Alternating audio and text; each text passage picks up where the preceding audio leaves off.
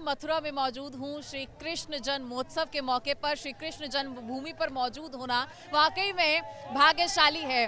कहते हैं कि भाद्रपद मास में श्री कृष्ण अष्टमी का ये दिन इसीलिए खास है क्योंकि इस दिन आपके और हमारे कान्हा का हैप्पी बर्थडे होता है, यानी श्री कृष्ण जन्मोत्सव होता है।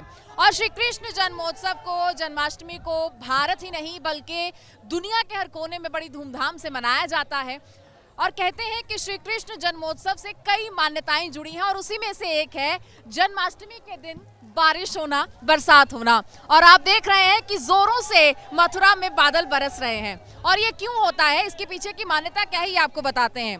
दरअसल जब कारागार में, कंस के कारागृह में श्री कृष्ण का जन्म हुआ तो माँ देवकी और पिता वासुदेव उन्हें किसी सुरक्षित स्थान पर पहुंचाना चाहते थे और ये फैसला किया गया।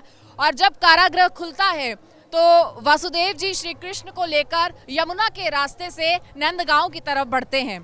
और क्योंकि वो भगवान श्री कृष्ण का बाल स्वरूप होता है तो यमुना नदी उनके पैर पखारना चाहती है। ऐसी मान्यता है कि यमुना नदी उनके पैर पखारना चाहती थी, लेकिन क्योंकि नन्हे कान्हा वासुदेव जी के सर के ऊपर उस टोकरी में थे तो उनके पैरों तक यमुना का पानी जो है वो पहुंच नहीं पाया। अब ऐसे में यमुना नदी की इस इच्छा का सम्मान करते हुए बादल जोर से बरसे और इतनी झमाझम बारिश हुई कि नदी में बाढ़ आ गई और ये जलस्तर इतना बढ़ गया कि यमुना नदी श्री कृष्ण के पैर पखार पाई। पर इस बीच वासुदेव जी की चिंता बढ़ गई कि वो अब यमुना पार कर नंदगांव श्री कृष्ण को कैसे पहुंचाएं, वो कान्हा को वहां कैसे लेकर जाएं। तो कहते हैं कि यमुना नदी ने उन्हें रास्ता दिया, उनकी इस चिंता का निवारण किया और फिर शेष नाग ने किस तरीके से श्री कृष्ण को सुरक्षा दी और उस यमुना नदी के बीच के रास्ते से होते हुए वासुदेव जी श्री कृष्ण को नंदगांव पहुंचाते हैं।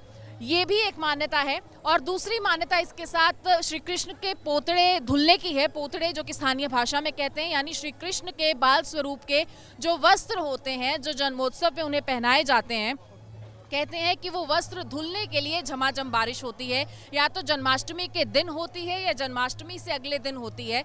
और ये मान्यता इसलिए भी जो है वो और मजबूत होती चली गई क्योंकि जन्माष्टमी के दिन हर साल बारिश का होना तय माना गया है, चाहे कैसा भी मौसम हो। इसी साल की बात कर लें तो सुबह बहुत धूप थी, गर्मी थी, लेकिन अब यहाँ पर झमाझम बरसात हो रही है, लगातार बादल बरस रहे हैं और जो भक्त यहाँ पर आ रहे हैं वो भी खुशी का जो है अनुभव कर रहे हैं, खुशी को महसूस कर पा रहे हैं और मौसम भी अब सुहाना हो गया है।